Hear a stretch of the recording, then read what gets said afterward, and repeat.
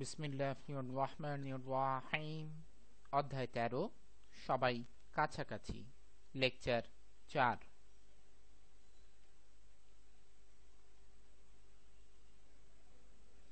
আমরা ইনশাআল্লাহ এই লেকচারে কম্পিউটার এবং কম্পিউটারের ব্যবহার নিয়ে ইনশাআল্লাহ কথা বলবো। নতুন ভিডিওর জন্য মিজান একাডেমি ক্লাস 9 ইউটিউবের চ্যানেলটি সাবস্ক্রাইব করুন এবং নতুন আপডেট জানার জন্য www.mizanacademy.com এ চোখ রাখুন এবং আমাদেরকে ফেসবুকে পাওয়ার জন্য মিজান একাডেমিতে একটি লাইক দিন। কম্পিউটার কম্পিউটার হচ্ছে আলহামদুলিল্লাহ আধুনিক বিজ্ঞানের একটি গুরুত্বপূর্ণ অবদান বলা চলে। কম্পিউটার এর আবিষ্কারের জন্য বিজ্ঞানীদের প্রচুর অধ্যবসায় এবং চেষ্টা, সাথে সাথে ধৈর্য বলা চলে অনেক ছিল। কম্পিউটারের কথা বলতে গেলে চার্লস ব্যাবেজের কথা স্মরণীয় এবং কম্পিউটারের আজকের আমরা যে কম্পিউটার দেখছি এটা মূলত হচ্ছে গণনা করা, অর্থাৎ কিভাবে কাউন্ট করতে হয় সেখান থেকে কিন্তু সূত্রপাত। এটার জন্য কম্পিউটার এর শাব্দিক অর্থ যদি আমরা বিশ্লেষণ করি, এটি এসেছে কম্পিউট বা গণনা করা থেকে। তো কম্পিউটার এর নাম হচ্ছে বা বাংলা অর্থ হচ্ছে গণক বা হিসাবকারী, অর্থাৎ যে যন্ত্র মূলত হিসাব করে থাকে বা গণনা করে থাকে এটি অ্যাকচুয়ালি কম্পিউটার বলে পরিচিত। এই কম্পিউটারের অনেক কাজ রয়েছে, তার মধ্যে এটি ইনপুট অর্থাৎ ডেটা গ্রহণ করে, অর্থাৎ ডেটা গ্রহণ করার পর এটা এই ডেটাকে প্রসেসিং করে, অর্থাৎ কি কাজ একে করতে হবে, এই কাজটা করার পর এই কাজটার একটি রেজাল্ট সে প্রডিউস করে অর্থাৎ রূপান্তর করে। এবং এই সাথে শুধু রূপান্তর করেই শেষ করে না, যদি আমি এটাকে সেভ করে রাখতে চাই অর্থাৎ সংরক্ষিত করে রাখতে চাই আমার পিসি বা কম্পিউটারের ভিতরে, যেমন আমরা মোবাইল নাম্বার সেভ করি ঠিক অনুরূপভাবে এটা সংরক্ষণ করতে পারে। কোথাও যদি পাঠাতে হয়, ডেটা ট্রান্সমিট করতে হয়, তাও সে প্রেরণ করতে পারে। মূলত একটি কম্পিউটার ইনপুট নিল, এই ডেটাটাকে সে প্রসেস করলো, এই প্রসেস করার পর সে এটাকে অর্থাৎ যেভাবে চাচ্ছে ক্লায়েন্ট সেভাবে তার আউটপুটে নিয়ে আসছে এবং সাথে সাথে এখানেই শেষ করেনি, সে এটাকে সেভ করে নিজের ভিতরে জমা করে রাখে যাতে পরবর্তীতে আমরা এটাকে আবার দেখতে পারি বা আমরা এটা নিয়ে আবার কাজ করতে পারি। যদি কাউকে পাঠাতে হয় তাহলে সে এটা পাঠাতে পারে। কম্পিউটার মূলত অতি অল্প সময়ে অনেক অর্থাৎ লক্ষ লক্ষ গাণিতিক হিসাব বা গাণিতিক ক্যালকুলেশন করে থাকে। এটার জন্য মূলত আমাদের এখন মানুষের যে ভূমিকা সেটি কিন্তু কম্পিউটারই এখন কাজ করছে। আমরা ছবিতে একটি কম্পিউটার দেখতে পাচ্ছি। এই কম্পিউটারের মধ্যে যেমন এটি হচ্ছে সিস্টেম ইউনিট, যেটাকে আমরা প্রচলিত ভাষায় সিপিইউ সেন্ট্রাল প্রসেসিং ইউনিট বলে থাকি, যার ভিতরেই সমস্ত কাজ অর্থাৎ প্রসেসিং, ডেটা রূপান্তর, উপাত্ত জমাকরণ এই ভিতরেই সবকিছু ঘটে থাকে। আচ্ছা, এরপর আমরা এখানে দেখতে পাচ্ছি এটা একটা কিবোর্ড। এই কিবোর্ড অর্থাৎ এখানে বাটন থাকে, এই বাটনের মাধ্যমে আমরা ইনপুট প্রডিউস করি, ইনপুটটা এখানে যায়, এখানে যাওয়ার পর প্রসেস হয়, এই অনুযায়ী কাজ হয়। মাউস, এই মাউস হচ্ছে দিক নির্দেশক হিসেবে, অর্থাৎ কার্সার থাকে এখানে একটি, যেমন আমি এখন আমার এই নীল সাইনটি মুভ করছি, এটা কিন্তু মাউসের সাহায্যে, অর্থাৎ দিক নির্দেশনার ক্ষেত্রে মাউস ভূমিকা রাখে। তারপরটা হচ্ছে স্পিকার রয়েছে, যেমন নর্মালি ভাবে যেগুলি হচ্ছে আমরা যেমন বিভিন্ন গান শুনি বা বিভিন্ন শব্দ শুনি, এটা স্পিকারের মাধ্যমে বাহিরে আসে। এবং এখানে স্ক্রিন রয়েছে, অর্থাৎ আমি কি কাজ করছি সেই কাজগুলো কিন্তু এই স্ক্রিন বা মনিটরের যে স্ক্রিন রয়েছে তার মাধ্যমে আমরা এটা দেখতে পাই। মূলত আমরা এতক্ষণ বাহিরের অঞ্চল নিয়ে কথা বললাম, যে একটা কম্পিউটারের বহির্দৃশ্য, এগুলো মূলত কিন্তু একটা কম্পিউটারের হার্ডওয়্যার বলে থাকে। আমরা ইনশাআল্লাহ পড়বো কম্পিউটারের হার্ডওয়্যার বা সফটওয়্যার অ্যাকচুয়ালি জিনিসটা কি।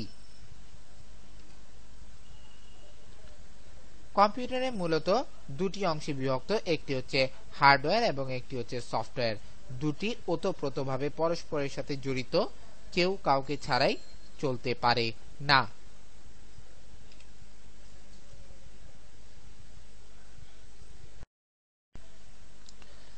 হার্ডওয়্যার। হার্ডওয়্যার হচ্ছে কম্পিউটারের অংশবিশেষ বা পার্টস, যেগুলো মোটামুটি দেখা যায়, টাচ করা যায়, এবং যেগুলো ছাড়া কম্পিউটার বলেই পরিচিতি লাভ করতে পারে না, সেগুলোকে মোটামুটি হার্ডওয়্যার বলা হয়ে থাকে। যেমন mouse, keyboard, monitor, sound box, webcam, CPU. এই মাউস, কিবোর্ড এবং এই ওয়েবক্যাম, এগুলো হচ্ছে ইনপুট ডিভাইস। এগুলোর ভিতর থেকে আমরা ইনপুট দিতে পারি কম্পিউটারের ভিতরে, অর্থাৎ আমি কোনো ডেটা ভিতরে দিচ্ছি তাকে প্রসেস করার জন্য, এর মাধ্যমে আমরা দিব। এরপর রয়েছে মনিটর, সাউন্ড বক্স। এরা হচ্ছে আউটপুট ডিভাইস, কারণ মনিটর এবং সাউন্ড বক্সের মাধ্যমে আমরা দেখতে পাবো বা শুনতে পাবো, অর্থাৎ কম্পিউটার থেকে ফিডব্যাক এদের মাধ্যমে বাহিরে আসবে। সো এরা হচ্ছে output device. CPU, central processing unit, এটাকে আমরা ইনপুট ডিভাইসও বলতে পারি, আউটপুট ডিভাইসও বলতে পারি। কেন? কারণ হচ্ছে এই সিপিইউটা ইনপুট গ্রহণ করে, তাকে প্রসেসিং করে, এবং প্রসেসিং করার পর, অর্থাৎ ইনপুট নেয়, গ্রহণ করে, প্রসেস করে, রূপান্তর করে, জমা রাখে, আবার সে দরকার পড়লে মনিটর বা সাউন্ড বক্সে তাদেরকে প্রেরণ করে তাদেরকে আউটপুট হিসেবে প্রকাশমান করে থাকে।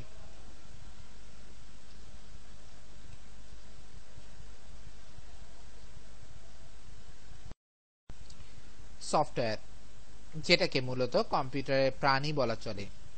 যদি এই সফটওয়্যার না থাকে তাহলে কম্পিউটারের বিভিন্ন পার্টস বা বিভিন্ন অঙ্গাণু, মনিটর, কিবোর্ড, তারপর হচ্ছে সিপিইউ থাকা সত্ত্বেও একটি কম্পিউটার হিসেবে কোনো কাজ করবে না।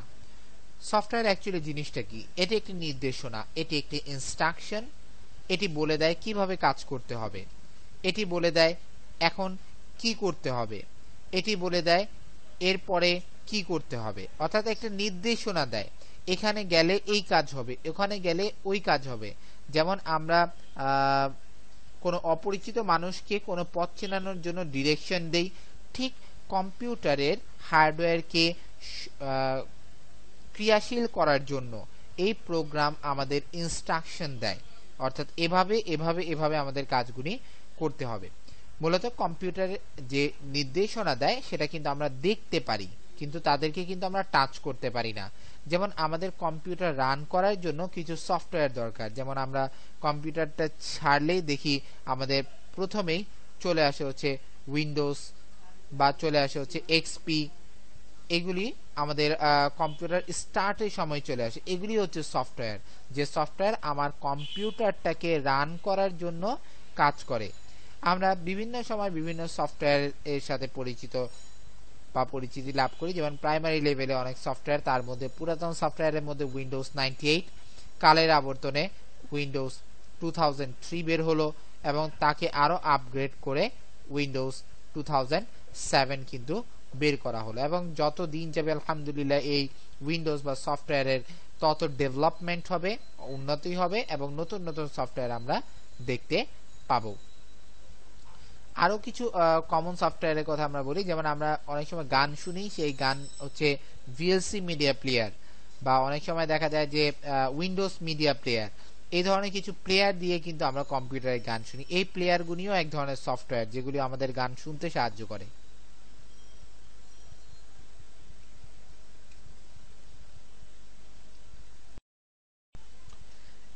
এটি হচ্ছে একটি কম্পিউটারের কার্যক্রমের প্রবাহ চিত্র বলা চলে, অর্থাৎ একটা কম্পিউটারকে ব্লক আকারে রিপ্রেজেন্ট করা হলো যে কম্পিউটারটি মূলত কাজ করে কিভাবে। প্রথমে আমরা কোনো কিছু ইনপুট দিচ্ছি। সাপোজ আমরা কিবোর্ড থেকে একটা বাটন প্রেস করলাম, একটা বাটন এ প্রেস করলাম।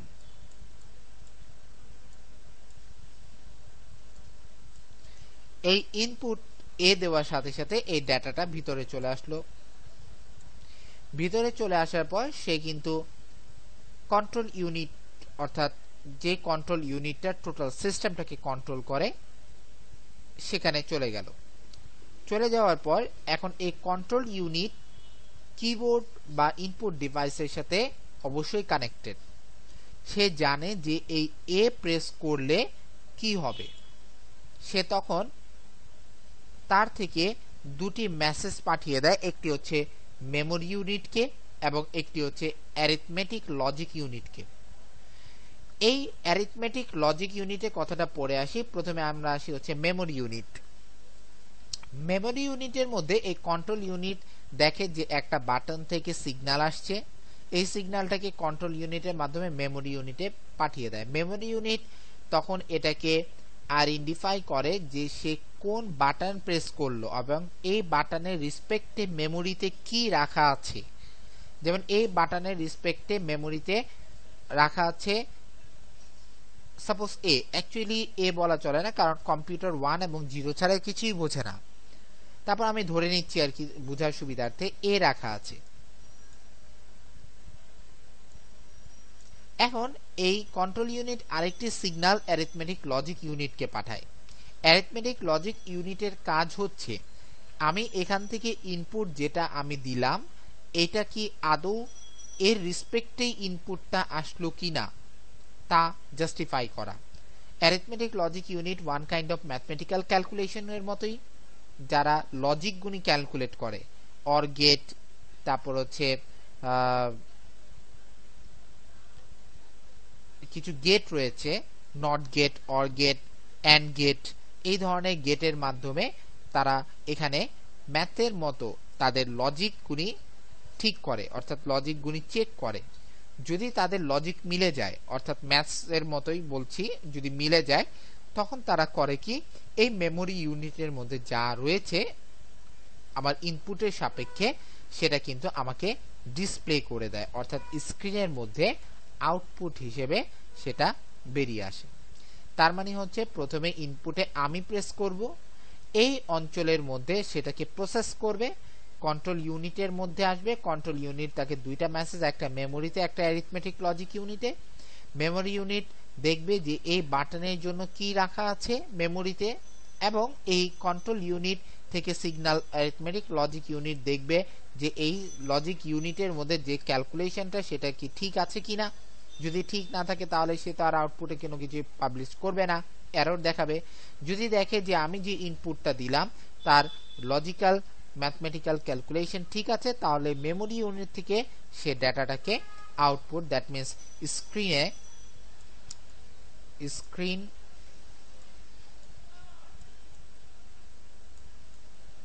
স্ক্রিনে পাবলিশ করে দিবে। এভাবেই মূলত ক্ষুদ্র পরিসরে কম্পিউটারের কার্যক্রম অর্থাৎ কম্পিউটারের অভ্যন্তরীণ কার্যক্রম নিয়ে মোটামুটি আলোচনা করা হলো।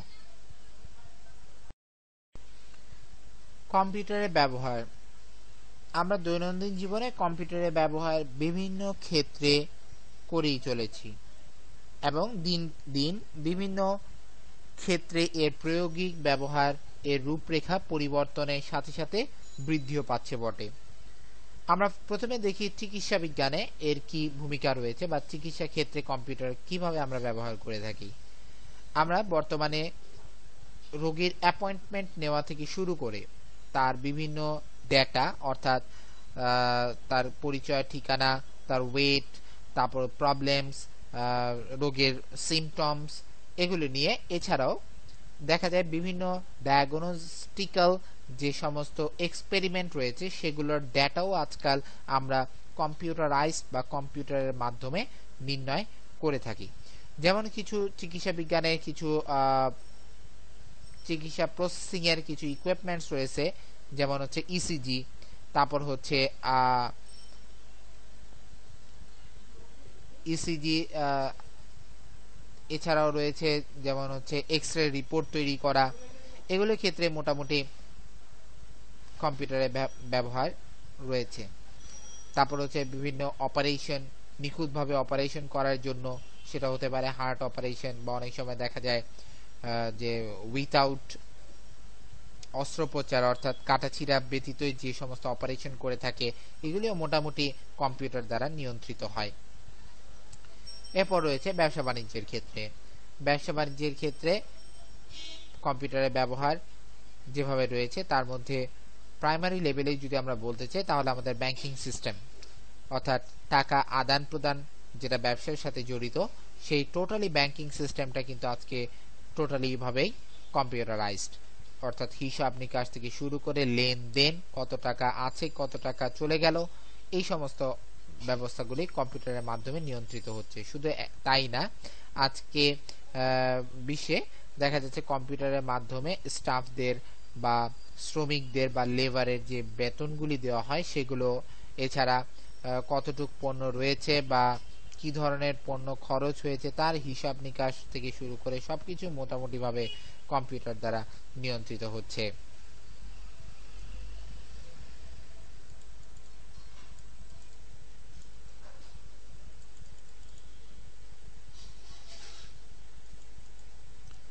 যাতায়াত ব্যবস্থা। যাতায়াত ব্যবস্থার ক্ষেত্রে বিমান, মোটর গাড়ি, ট্রেন, এদের কন্ট্রোলিং সিস্টেম, অর্থাৎ কোথায় থামতে হবে, কোথায় ছাড়তে হবে, এই ধরনের ব্যবস্থাগুলো কম্পিউটার দ্বারা নিয়ন্ত্রিত হয়। এছাড়াও আজকের আধুনিক বিশ্বে আগের মতো লাইন ধরে টিকিট বুকিং দিতে হয় না।